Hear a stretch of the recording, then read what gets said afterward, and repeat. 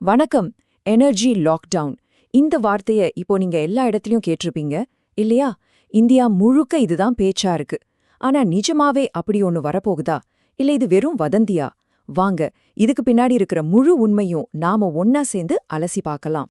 சரி, இந்த energy lockdown விஷயத்துக்குள்ள நேரா போயிடலாம். இந்த வார்த்தை இப்போ சோஷியல் மீடியால இருந்து டீ கடை வரைக்கும் எல்லா இடத்துலயும் பயங்கரமா ட்ரெண்ட் ஆயிட்டு இருக்கு. ஆனா இதுல எவ்ளோ தூரம் உண்மை இருக்கு? நிஜமாவே ஒரு முடக்கம் வரப்போகுதா இல்ல யாரோ கிளப்பி விட்ட வதந்தியா இது? மார்ச் 24 இந்த தேதி சொன்ன உடனே உங்க எல்லாருக்கும் ஒரு விஷயம் ஞாபகத்துக்கு வரும். கரெக்டா 6 வருஷத்துக்கு முன்னாடி இதே நாள்ல தான் நாம கோவிட் லாக்டவுனை பார்த்தோம்.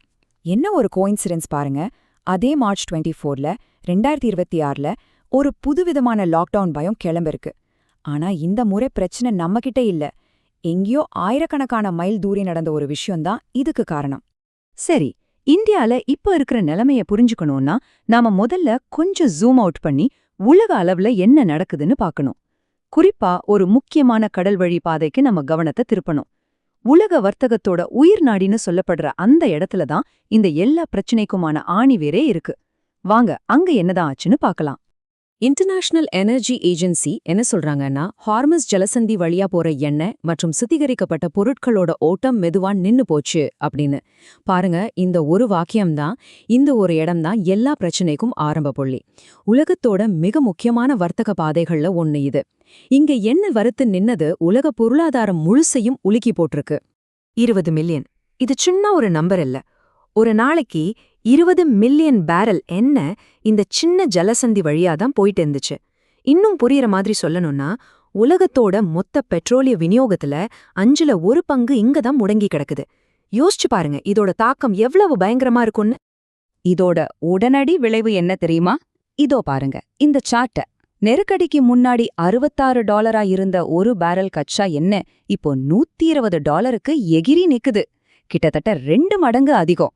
இந்தியாவ மாதிரி எண்ணெய்க்காக வெளிநாடுகளை நம்பியிருக்கிற நாடுகளுக்கு இது எவ்வளோ பெரிய அடிங்கிறத நீங்களே பாருங்க. இந்த மாதிரி ஒரு இக்கட்டான சூழ்நிலையில இந்தியா என்ன செஞ்சுது? சும்மா வேடிக்கை பார்க்கல, உடனே ஆக்ஷன்ல இறங்குனாங்க. ஆபரேஷன் சங்கல்ப் அப்படின்ற பேர்ல இந்தியா கடற்படையோட 23 போர்க்கப்பல்களை வளைகுடா பகுதிக்கு அனுப்பி நம்ம கொடியோட போற வர்த்தக கப்பல்களுக்கு பாதுகாப்பு கொடுத்தாங்க. அதிக ஆபத்து இருந்த பகுதிகள்ல 28 கப்பல்களை பத்திரமா வழிநடத்தி கூட்டிட்டு வந்திருக்காங்க. இது ஒரு முக்கியமான மூவ். ஓகே, உலக அளவுல நடந்த இந்த அதிர்ச்சிய பார்த்தோம். இப்போ நம்ம இந்தியாக்குள்ள வருவோம். இந்த நெருக்கடிய இந்தியா எப்படி கையாளுது? அதை விட முக்கியமா இந்த எனர்ஜி லாக்டவுன்கிற கட்டுக்கதை எப்படி கிளம்புச்சு, அதோட உண்மைத்தன்மை என்ன? வாங்க இதெல்லாம் உடைச்சு பார்த்து உண்மையை வெளியே கொண்டு வரலாம். இந்த மொத்த பேதிக்கும் காரணம் யாருன்னு பார்த்தா இந்த அமைப்பு தான், இன்டர்நேஷனல் எனர்ஜி ஏஜென்சி, அதாவது IEA. இவங்க உலக எரிசக்தி கொள்கை சம்பந்தமா ஆய்வு செஞ்சு சில பரிந்துரைகளை வழங்குற ஒரு அமைப்பு. இவங்க வெளியிட்ட ஒரு அறிக்கை தான் இந்த குழப்பத்துக்கே மூல காரணம். அதை இன்டர்நெட்ல தப்பா புரிஞ்சுக்கிட்டது தான் இந்த லாக்டவுன் பீதிக்கே வழிவகுத்துருச்சு. அப்போ IEA நிஜமாவே என்னதான் சொன்னாங்க? அவங்க ஒரு 10 பாயிண்ட் சஜஷன் பாக்ஸ் மாதிரி சில விஷயங்களை முன்வச்சாங்க. முக்கியமான விஷயம் என்னன்னா, இது எல்லாமே பரிந்துரைகள் தான், கட்டளைகள் கிடையாது.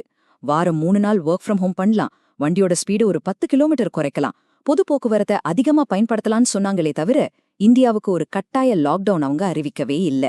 சரி, இந்த IEA ரிப்போர்ட் ஒரு பக்கம் இருக்கட்டும். இப்போ முக்கியமான கேள்வி என்னன்னா, இந்தியாவோட டேங்க்ல நிஜமாவே என்னதான் இருக்கு? வெளியில உலகளாவிய நெருக்கடி இருந்தாலும் நம்ம நாட்டுக்குள்ள நிலைமை எப்படி இருக்கு? வாங்க பார்க்கலாம். இங்க பாருங்க, இதுதான் நம்மளோட தற்போதைய நிலவரம். கச்சா எண்ணெயை பொறுத்த வரைக்கும் அடுத்த 60 நாட்களுக்கு நம்மகிட்ட ஸ்டாக் இருக்கு. சமையல் எரிவாயு அதாவது LPG 30 நாட்களுக்கு கையிருப்புல இருக்கு. பெட்ரோல் டீசல் விநியோகமும் ரொம்ப நிலையா போதுமான அளவுல இருக்கு. சோ பயப்படுற மாதிரி உடனடி தட்டுப்பாடு எதுவும் இல்ல. என்ன பிரச்சனை ஒரு பக்கம் இருந்தாலும் இன்னொரு பக்கம் நம்ம நாட்டுக்குள்ளேயே ஒரு பெரிய சவால் காத்துக்கிட்டு இருக்கு. அதுதான் மின்சாரம். இந்த 2026 கோடை காலத்துல நம்மளோட மின்சார தேவை இதுவரைக்கும் இல்லாத அளவுக்கு 270 ஜிகாவாட் என்ற புதிய உச்சத்தை தொடப்போகுது. இது நிஜமாவே ஒரு மிகப்பெரிய சேலஞ்ச். ஆனா இந்த மின்சார தேவைய சமாளிக்க நம்ம கிட்ட ஒரு துருப்புச்சீட்டு இருக்கு. அதுதான் நம்மளோட நிலக்கரி உற்பத்தி. இந்தியாவின் நிலக்கரி வெற்றி கதைன்னு இதை சொல்லலாம். இப்ப நம்ம கையில 175 மில்லியன் டன்னுக்கும் மேல நிலக்கரி கையிருப்புல இருக்கு. அதனால இந்த அதிகப்படியான மின்சார தேவைய சமாளிச்சு லைட்ஸ் ஆன்ல வைக்க முடியும்னு ஒரு நம்பிக்கை இருக்கு. ஓகே, தேசிய அளவுல நிலைமை என்னன்னு ஒரு ஐடியா கிடைச்சிருக்கும்னு நினைக்கிறேன். இப்போ நம்ம கவனத்தை தமிழ்நாட்டுக்கு திருப்புவோம். இந்த எரிசக்தி நெருக்கடியோட போர் முனையில நிக்கிற ஒரு மாநிலம் தமிழ்நாடு. இங்க நிலைமை எப்படி இருக்கு, என்னென்ன சவால்களை சந்திச்சிட்டு இருக்காங்கன்னு இன்னும் கொஞ்சம் ஆழமா பார்க்கலாம். தமிழ்நாட்டோட சவால் கொஞ்சம் காம்ப்ளிகேட்டட். இங்க பாருங்க, ஒரே நேரத்துல பல பிரச்சனைகள். ஒரு பக்கம் மின்சார தேவை 23,000 மெகாவாட் அளவுக்கு அதிகரிக்கும்னு எதிர்பார்க்கப்படுது. இன்னொரு பக்கம் சட்டமன்ற தேர்தல் சூடு பிடிச்சிருக்கு. இதுக்கு நடுவுல அணைகள்ல நீர்மட்டம் ரொம்ப குறைவா இருக்கு. காற்றாலை சூரிய சக்தியையும் முழுசா நம்ப முடியல. இது ஒரு சரியான பெர்ஃபெக்ட் ஸ்டார்ம்னு சொல்லலாம். இந்த டேபிள்ல பார்த்தா இன்னும் தெளிவா புரியும். மேட்டூர்ல நிலைமை பரவாயில்ல, கிட்டத்தட்ட 48% தண்ணி இருக்கு. ஆனா சோலையார்ல 1% கம்மியா இருக்கு. வைகையில வெறும் 8% தான். நீர் மின்சக்திய நம்பியிருந்தா இந்த முறை அது கை கொடுக்காதுங்கிற நிலைமை. இதனால பீக் அவர்ல மின்சார தேவையை பூர்த்தி செய்யறது மிகப்பெரிய சவாலா மாறியிருக்கு. ஆனா இந்த சவால்களை பார்த்து தமிழ்நாடு சும்மா ரிந்துடல. பல முற்போக்கான நடவடிக்கைகளை எடுத்துட்டு வராங்க. மின் விநியோகத்தை நிலைப்படுத்த புதுசா எலக்ட்ரிசிட்டி கிரிட் கோட் 2026 கொண்டு வந்திருக்காங்க. காற்றாலை சூரிய சக்தி மின்சாரத்தை நெறிப்படுத்த கடுமையான கட்டுப்பாடுகள் போட்டிருக்காங்க. அதைவிட முக்கியமா 1500 மெகாவாட் ஹவர் அளவுக்கு பேட்டரி ஸ்டோரேஜ் திட்டங்களையும் செயல்படுத்த ஆரம்பிச்சிருக்காங்க. இது ரொம்பவே முன்னோக்கிய ஒரு பார்வை. சரி, இவ்ளோ விஷயங்கள் பார்த்தாச்சு. அப்போ இது ஒரு லாக்டவுன் இல்ல, ஆனா ஒரு விதமான அழுத்தம் இருக்கு. இதுதான் உண்மை. இந்த அழுத்தத்தோட உண்மையான தாக்கம் என்ன? நாம இதிலிருந்து எப்படி முன்னோக்கி போக போறோம்? வாங்க ஒரு முடிவுக்கு வருவோம். இந்த அழுத்தம் நிஜமாவே இருக்கு. இது வெறும் புள்ளி விவரம் இல்ல. டெல்டா பகுதிகளில் விவசாயிகளுக்கு லோ வோல்டேஜ் பிரச்சனை வருது. திருச்சி மாதிரி பெரிய நகரங்கள்ல பராமரிப்பு வேலைகளுக்காக பவர் கட் செய்யப்படுது. சோ அதிகாரப்பூர்வமா லாக்டவுன் இல்லைனாலும் இந்த எரிசக்தி அழுத்தத்தோட பாதிப்பை மக்கள் அவங்க அன்றாட வாழ்க்கையில உணர ஆரம்பிச்சிட்டாங்க. இப்போ எல்லாத்தையும் சுருக்கமா இந்த டேபிள்ல பார்க்கலாம். வதந்தி என்ன சொல்லுது? கட்டாய லாக்டவுன், எரிபொருள் பற்றாக்குறை IEAவோட கட்டளைன்னு சொல்லுது. ஆனா உண்மை என்ன? இந்தியா முன்கூட்டியே தயாராயிருக்கு. 60 நாள் கச்சா எண்ணெய் கையிருப்பு இருக்கு. IEA கொடுத்தது வெறும் பரிந்துரை தான். நாட்டுல இருக்கிறது லாக்டவுன் இல்ல, ஒரு எரிசக்தி அழுத்தம். இதுதான் வதந்திக்கும் உண்மைக்கும் உள்ள வித்தியாசம். அப்போ நாம கடைசியா என்ன முடிவுக்கு வரலாம்? இந்தியா முடங்கல, அது ஒரு மிகப்பெரிய நெருக்கடிக்கு நடுவுல தன்னை தானே சக்தி ஊட்டிக்கிட்டு இருக்கு.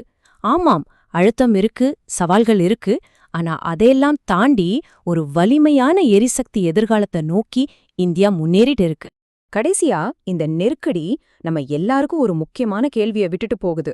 இப்போ ஒர்க் ஃப்ரம் ஹோம்ங்கிறது நம்ம நாட்டு எரிசக்தி பாதுகாப்போட ஒரு மையப்புள்ளியா மாறியிருக்கு.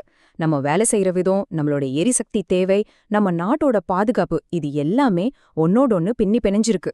சரி, இப்போ இந்த அதிர்ச்சியை சமாளிக்கிறோம். அடுத்த முறை இதே மாதிரி ஒரு உலகளாவிய அதிர்ச்சி தாக்கும்போது நாம என்ன செய்வோம்? இத பத்தி நீங்க என்ன நினைக்கிறீங்க?